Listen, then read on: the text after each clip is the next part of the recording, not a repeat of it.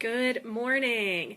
So it seems to have gone from 30 or 40 degrees to now it's going to be 90 today. So interesting choices of outfits I've had for the past couple days. Sweater and long pants, and now is shorts and tanks. So yesterday I hosted my first ever online chat. I'm calling it Remote Work Wednesdays. It's internal for people to connect, meet each other, and have conversations about how we can bridge the distance between those who work in an office that's different from their team or those that work remotely. So the chat went well for the first time. What I really liked about it is it was productive in terms of people were sharing ideas and insights and not just challenges.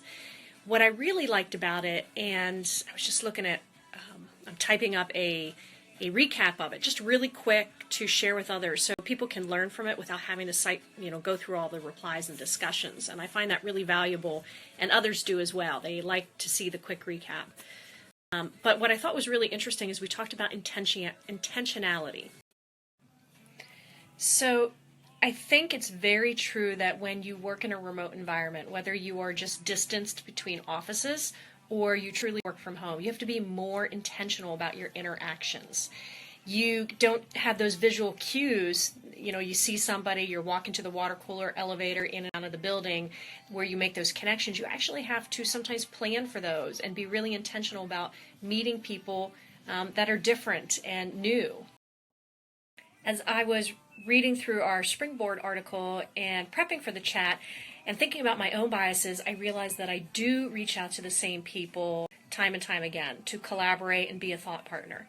So I've committed to reaching out to somebody new within my organization every week.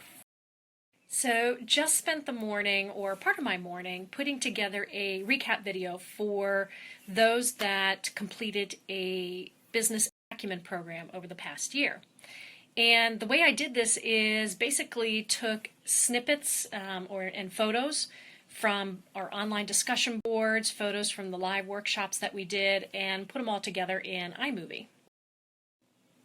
Basically just grabbed a lot of screenshots, and then I imported them all into iMovie, which you can see there. There's just my timeline.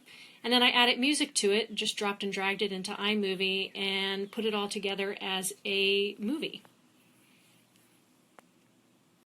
So what I'll do with that is then upload it to, we have an alumni site on our internal enterprise social network, and it's a congratulatory video for them, and then later they get a copy of a certificate and a class photo as well.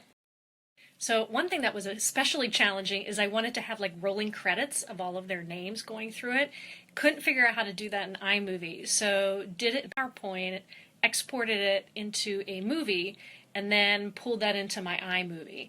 So if you're ever looking to do credits, PowerPoint does have a credits animation, but it only allows you to have like 23 lines of text, and I had 55 people in the program, and I wanted to have some space between their names, so it looked like a true rolling credit. So I actually just used an animation feature, a fly up animation feature, and I timed it. I bumped out the timing a little bit and allowed it so it just basically scrolled up through, which was actually pretty